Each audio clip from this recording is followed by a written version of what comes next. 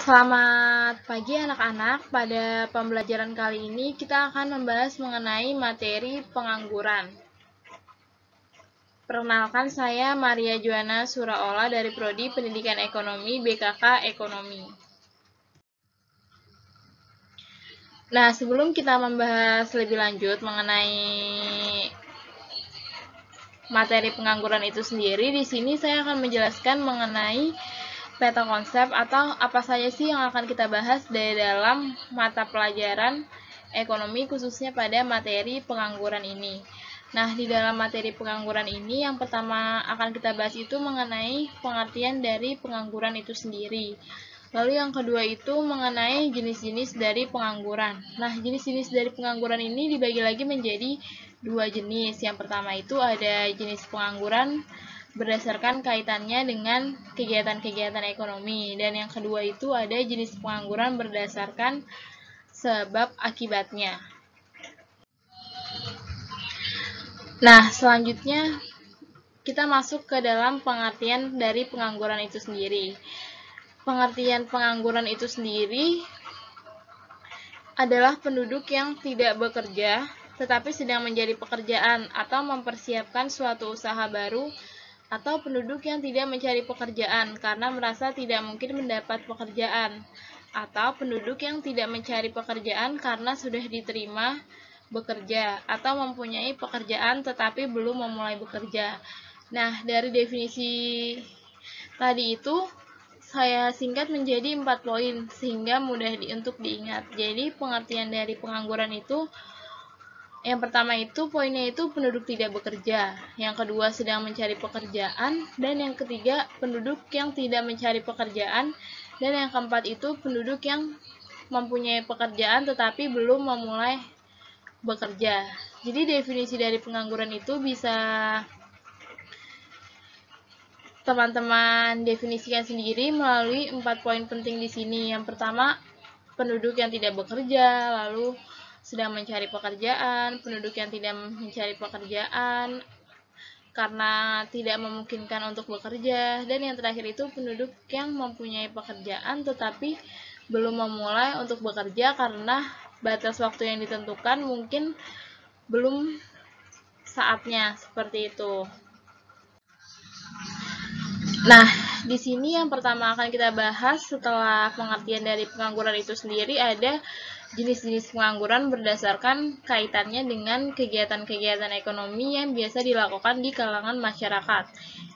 Itu terbagi menjadi 3. Yang pertama itu ada pengangguran ketidakcakapan, dan yang kedua ada pengangguran tak kentara atau pengangguran terselubung, dan yang terakhir atau yang ketiga adalah pengangguran kentara atau pengangguran terbuka.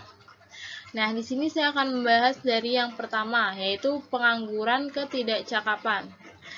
Pengangguran ketidakcakapan itu adalah pengangguran yang terjadi karena seseorang itu mempunyai cacat fisik atau jasmani, sehingga dalam dunia perusahaan mereka itu sulit diterima menjadi pekerja atau karyawan. Lalu yang kedua itu ada pengangguran tak kentara atau pengangguran terselubung.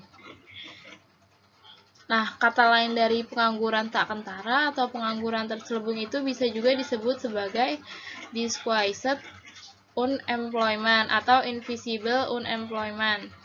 Nah, ini itu adalah pengangguran yang terjadi apabila para pekerjanya itu telah menggunakan waktu kerjanya secara penuh dalam suatu pekerjaan, tetapi dapat ditarik ke sektor lain tanpa mengurangi outputnya. Lalu yang ketiga itu ada pengangguran kentara atau pengangguran terbuka. Dengan kata lain, visible unemployment. Itu merupakan pengangguran yang timbul karena adanya kurangnya kesempatan kerja atau tidak adanya lapangan pekerjaan yang memungkinkan seseorang itu untuk melamar kerjaan, seperti itu.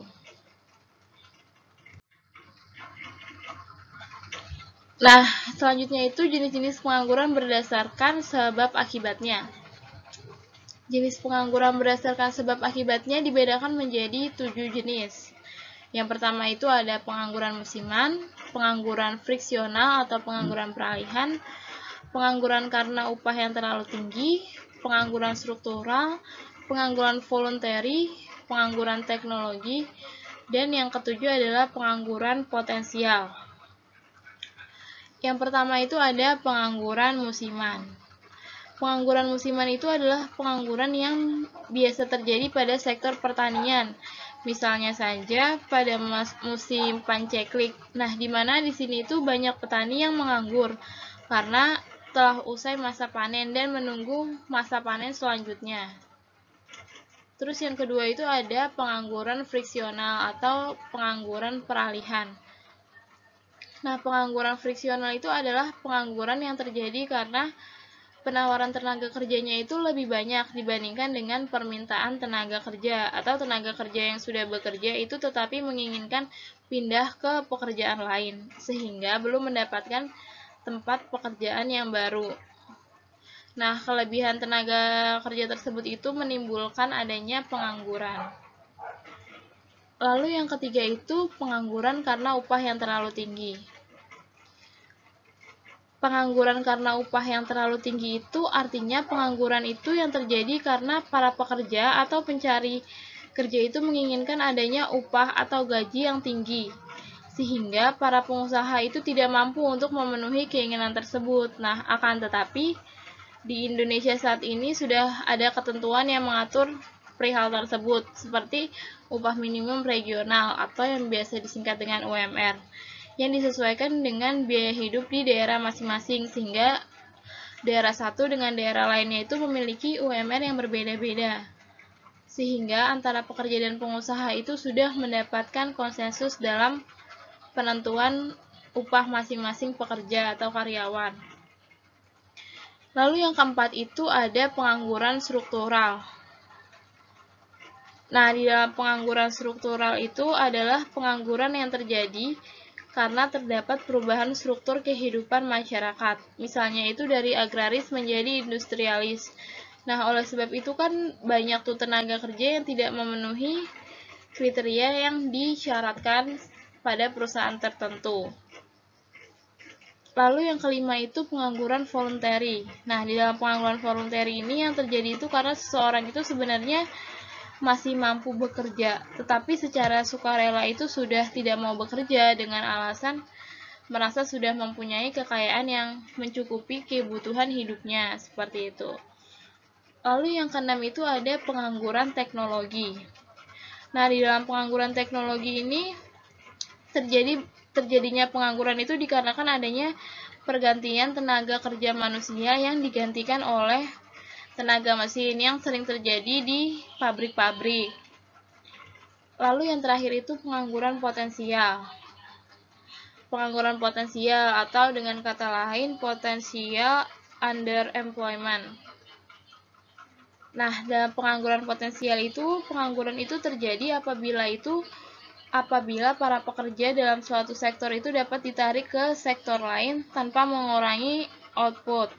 Hanya saja harus diikuti dengan perubahan-perubahan yang fundamental dalam metode produksi, misalnya itu perubahan dari tenaga manusia menjadi tenaga mesin seperti yang sebelumnya, atau biasa dikenal dengan mekanisasi. Nah,